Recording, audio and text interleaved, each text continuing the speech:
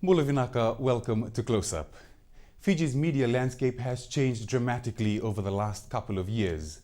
The once heavily censored media industry has now transitioned into a new phase, one that is very critical as the country progresses to democratic elections in less than a year. The media acts as a watchdog to national events like elections, safeguarding the transparency of the process. But in recent years, there have been questions about media freedom in Fiji, whether it's really free or not. On the show tonight, we speak to those in charge of Fiji's leading newsrooms about the current state of the media in the country. The Fiji Media Industry Development Authority also share their plans for the mainstream news media as Fiji prepares for national elections.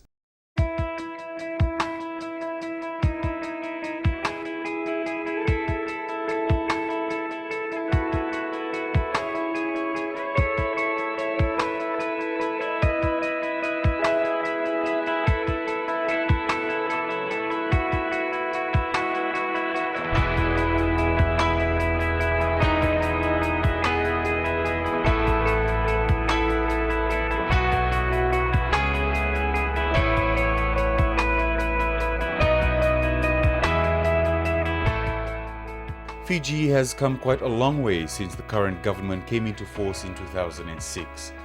The dramatic shifts in the political and economic landscape since then has also affected the way in which the media had operated over those years. With the 1997 Constitution abrogated back in 2009, the public emergency regulations governed the operations of the media, together with the Media Industry Development Decree of 2010. The press environment in the country has evolved since then. But the question is probably now more important than ever before. Is there media freedom in Fiji today? I think the fact that you can even ask that question and I'm able to give an answer shows that the freedom of the press in Fiji is very, very much intact, despite some of the challenges that we've had over the last couple of years. And I think the fact that I understand there's a lot of misnomer, particularly from the foreign media, that the situation in Fiji, particularly with the media, is restricted. I think we the media here in Fiji know that that's not so true. Eh? Oh, it's free, definitely free. We can speak on behalf of Communications Fiji Limited, the radio stations that we run. We are operating without any favor or any fear from anyone. We continue to do our work to the best of our ability. And the most important issue is that we have to operate within our code of conduct, the code of ethics, which was set out by the Fiji Media Council, which has been taken word for word and has been incorporated in the Media Development Authority decree. So the code of ethics, for those who have issues with the decree, the code of ethics is the same as the code of ethics that the mainstream media had agreed to prior to this decree coming into place. If you go back to 2009 when censorship was put in place, really here, I'll only speak for the Fiji Times. We actually had censors sitting outside the newsroom going through every copy of the paper. When I say every copy, I mean news. They went through international news, they went through sports, they went through our teenage newspaper, the Kaila. They went through pages from Monday to Sunday. So we actually were working under restrictions, and there were quite a few restrictions that were put in place, and it wasn't a pleasant scenario for any one of us. So come 2012, when the censors were removed from the newsroom, things turned out to be a whole lot better. And then now, after the unveiling of our new constitution,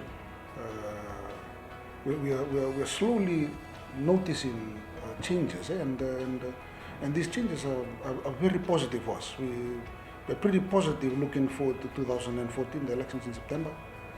So moving forward, looking ahead, I think things can only get better. The Fiji Sun newsroom had declined to make any contributions towards this discussion. When contacted, publisher Peter Lomas said they had other pressing issues to attend to then. The FBC newsroom was also contacted to make contributions, but there was no response from them when this show was being compiled. I think if we stick to the basic tenets of journalism, which is fairness, accuracy and balance, if we keep those three things in mind every day when we go out there doing our stories, I think we shouldn't go wrong. And of course, sometimes some of the things we report might, depending on which side of the fence you sit on, might offend some people, might step on a few toes along the way. But as long as you're speaking truth to power, like they say, and you're doing those three basic tenets right, I think you should be straight down the line, and you shouldn't have any problems. Having spent decades in the media industry, these seasoned journalists know all too well that with freedoms come responsibilities. We've heard in the past, and we know from experience, a lot of freedoms come with responsibilities, and I suppose even media freedom comes with a great deal many responsibilities, more than some of the other freedoms that we have in the country, just by virtue of the fact that the work that we do is very influential. We influence how people think, opinions, and all those other things. And that's why if we carry out our work with a lot of responsibility and fairness and balance and all that, I think the misnomer out there is false. Where we sit at the moment, I repeat, we continue to do what we have done all the time, and that's follow the code of ethics. And that is the key. That's the key in going forward. I think, Myron, at times with some of the media or journalists, it may become an issue if they have not been following the code of ethics, or if they have not been balanced, and maybe they've been taken to task. If you've got everything, all the issues and all the processes in place, you will have a good pathway. Newly appointed chair of the Media Industry Development Authority, Ashwin Raj, says the freedom of the press, as guaranteed under the newly enforced constitution, is something the authority will work to ensure and uphold. There's a lot of talk about the new chairman trying to tighten the noose, around the media. But I'm an academic by training, and I absolutely value the freedom of thought and expression. But I'd say do it with responsibility. Do your research, do your homework, make sure there's parity in representation, get both sides of the story, get the facts right, separate facts from opinion, and move away from speech that actually hurts people and threatens their security and their safety, and exercise reason as you intervene in the public sphere. With government no longer directly censoring the media here in Fiji, there are now claims both locally and internationally that there is a climate of self-censorship by the Fijian media. Sometimes very easily people target the media when something goes wrong. And of course, if media is to take the blame, then why? The individual media organizations have to address that issue. If people are pointing the finger at the media, what are you trying to say? Is it all the media organizations not doing the job as expected? Or is it some, but you put all of them together and make a general attack against the media? I think that is quite unfair if that happens. If there's some media outlets who remain fair and balanced, have remained fair and balanced, then continue to look in that direction. In the next segment, we pose the question of self-censorship to those heading newsrooms here in Fiji, and we hear what the Media Industry Development Authority has to say on the issue.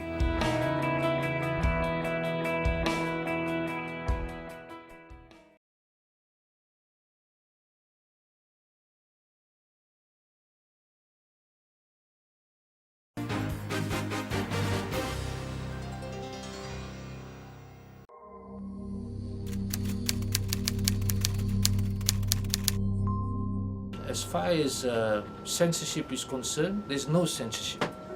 There's no censorship at all. There was, in the press conference with the Media Development Authority chairman, somebody asked about self-censorship, that there was a recent report that there's self-censorship. I asked the question, who's doing that? And if they are, why are they doing that? There's no threat coming from anywhere. So people just have to go ahead and do their job. Don't become a person who is trapped in a victim mentality, or still trapped or still having a hangover from the past. We are in 2013, going into 2014. We have the laws in place, and we got to go through and do our job. Meanwhile, the findings of a report released by the Pacific Media Assistance Scheme PACMAS earlier this month noted a culture of self-censorship has become entrenched in media reporting as a result of the confusion arising from the implementation from the media decrees. These findings are now being questioned. We weren't even approached about it. As one of the main media players in Fiji, we were not even approached about that issue. So I wonder who the report writers spoke to. In terms of self-censorship, I think the reason I'm very confident and comfortable that we are not practicing self-censorship is because of the fact that all assignments are given up by the Chief of Staff. Whether a reporter gets 2 assignments or gets 5 assignments or 6 assignments or 10 assignments, they are expected to cover those assignments, get both sides of the story and put into the system. The final decision of what goes into the paper is not theirs. So yes, the Fiji Times does not practice self-censorship when it comes to that. No, not playing it safe. No. I think what has happened now as well is because of, again, I'll go back to the new constitution, because of the fact that you have a new constitution in place and because of the fact that it allows freedom of expression, freedom of speech and all of that. The findings of the report was presented to the Media Industry Development Authority in a press conference last week. This is what Director Matai Akola had to say. I've seen that PACMAS project, but we're talking about entities from outside dictating to us how things are done. They pick our brains and they go out and produce findings like that, probably because they answer to OSAID, because they need jobs. But those questions you can answer it yourself. You are in the industry. So our job as media industry development is to deal with the development of the industry. We take in findings like this and say, these are reality. All of us have been in the industry, yeah? Some to self-censorship, some work towards self-regulation. But from here on, moving forward, where do we go? Do we continue to allow PACMAS to dictate to us how we do things? Or collectively we sit and say, okay, these are the realities, what can we do? And this is what media is coming in to do, or MIDA is coming in to do, to say, we have laws being entrenched in the constitution now that gives us freedom of expression or media freedom. How do we connect that right to the grassroots, to the person, to the ordinary journalist? This is the job of MIDA right now, to make that connections. MIDA Chair Ashwin Raj says journalists in Fiji must progress as the country does and not cling to the past. Self-censorship literally means that it's an imposed form of censorship. I see no reason why the journalists will impose that kind of censorship over themselves, upon themselves.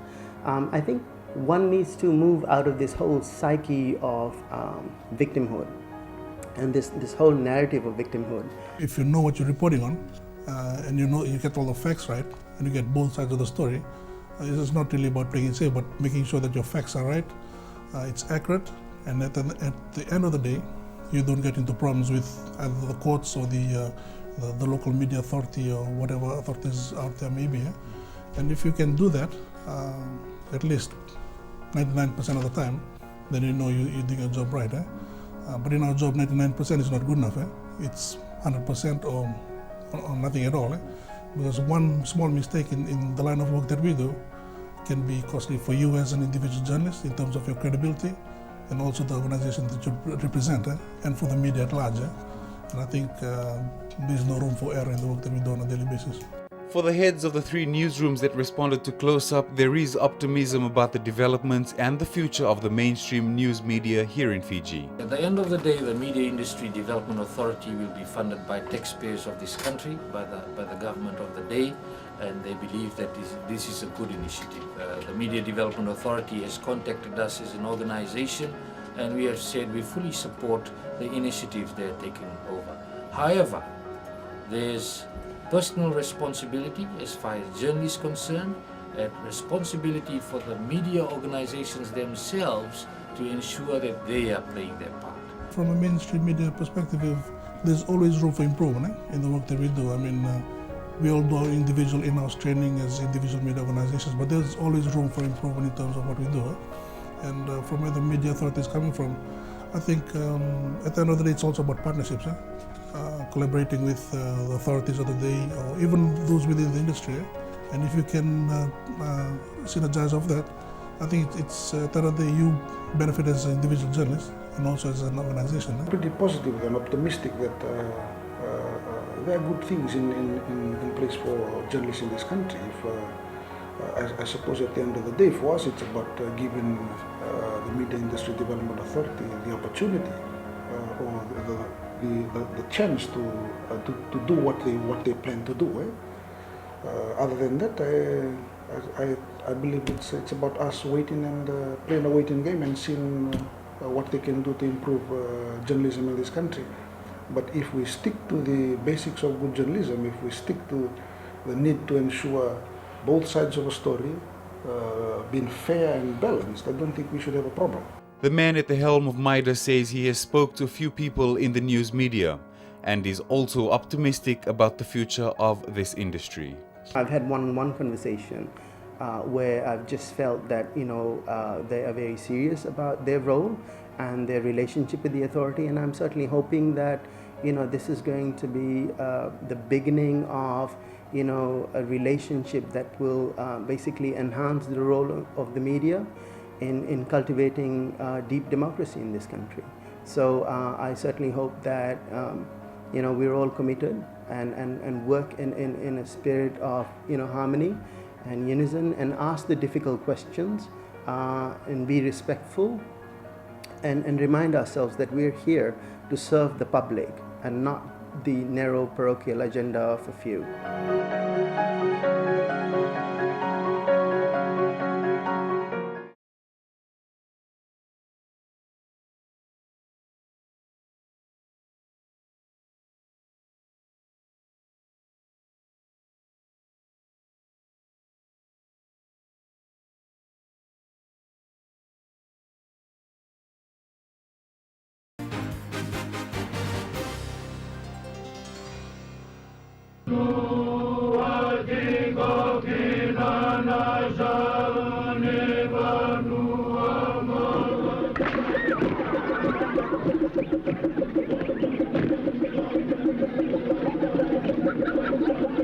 Since gaining independence in 1970, Fiji's progress has been hindered by its rocky political landscape.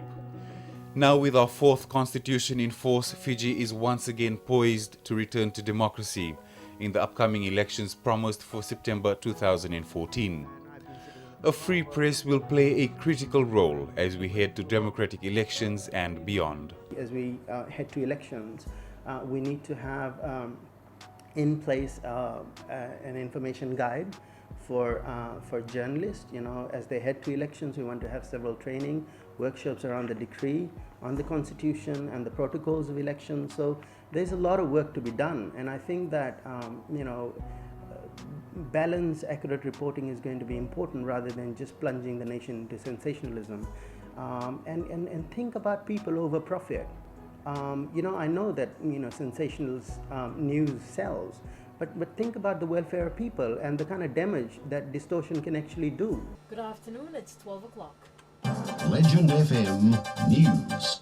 Good afternoon, I'm Vijay Narayan at the Legend FM News Center. There will be no bus fare increase for now after the recent fuel price increase. We are ready.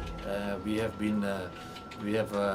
brought the elections close to people's homes every time the elections has been held in Fiji, and we're looking forward to next year when all the plans are rolled out, the electoral laws come into effect.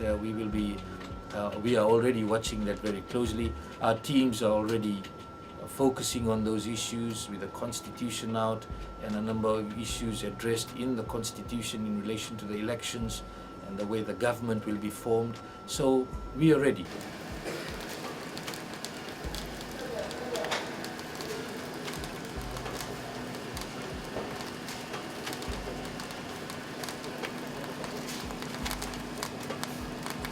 The media, I think, plays a very, very important role leading up to the elections. And at the Fiji Times, we realize that we play a crucial role. We play a very, very important role.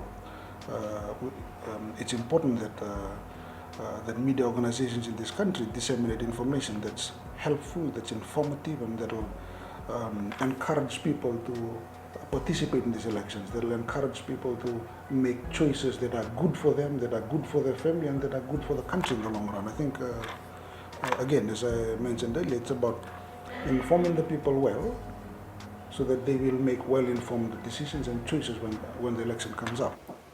5, 4, 3, 2, 1, roll we. We live, video mics live. Tonight, talk to us before you commit funds, Prime Minister tells donor agencies. My hope is that more collaboration between the media organizations. At the moment, everybody is doing their own thing. And I suppose in a competitive environment, that's the nature of business. We're competitors at the end of the day.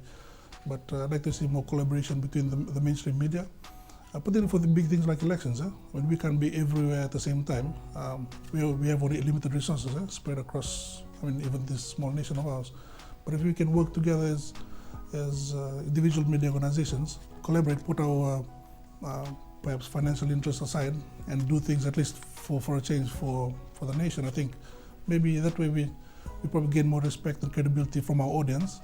And then maybe after that, it can be back to business. Those who exercise their freedom of expression online have also been encouraged to do so in a responsible manner.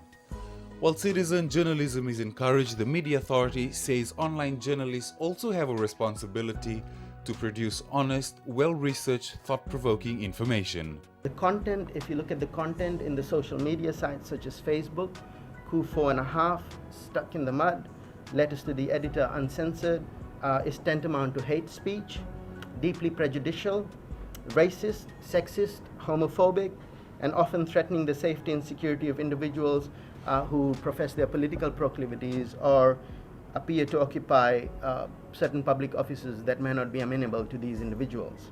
And they do so as they lament the loss of democracy in Fiji, the suspension of rights and freedom, and I find that deeply problematic. And I think that the ethos of the debate around democracy is quite thin, and we need to kind of make that kind of epistemic break from business as usual. We need to reflect on this and learn to reason without rancor. Now, for our authority, it's an extremely difficult task given the fact that we don't have that kind of access in terms of policing the IP addresses. But what we can do, those of us who seem to be laboring in the media industry, is appeal to the pathos of individuals to raise the level of debate and seriously start addressing some of these things which are really, really retrogressive. We live in a world where the free flow of information and ideas is a powerful force for progress. As Fiji progresses toward democratic elections, a free media is essential, as it will foster transparency and accountability. And I'd like to think that the media can eventually have a very, very important role to play in this country in terms of development, in terms of moving Fiji forward as a democratic country, as a nation that's free, and as a nation that's good for all of us, regardless of race, religion, and wherever you come from. That brings us to the end of the show. For questions or comments on tonight's show, email us closeup@fijitv.com.fj, or you could interact directly with the team through the Close Up page on Facebook. To our viewers here in Fiji and across the Pacific, thank you for joining us. Good evening.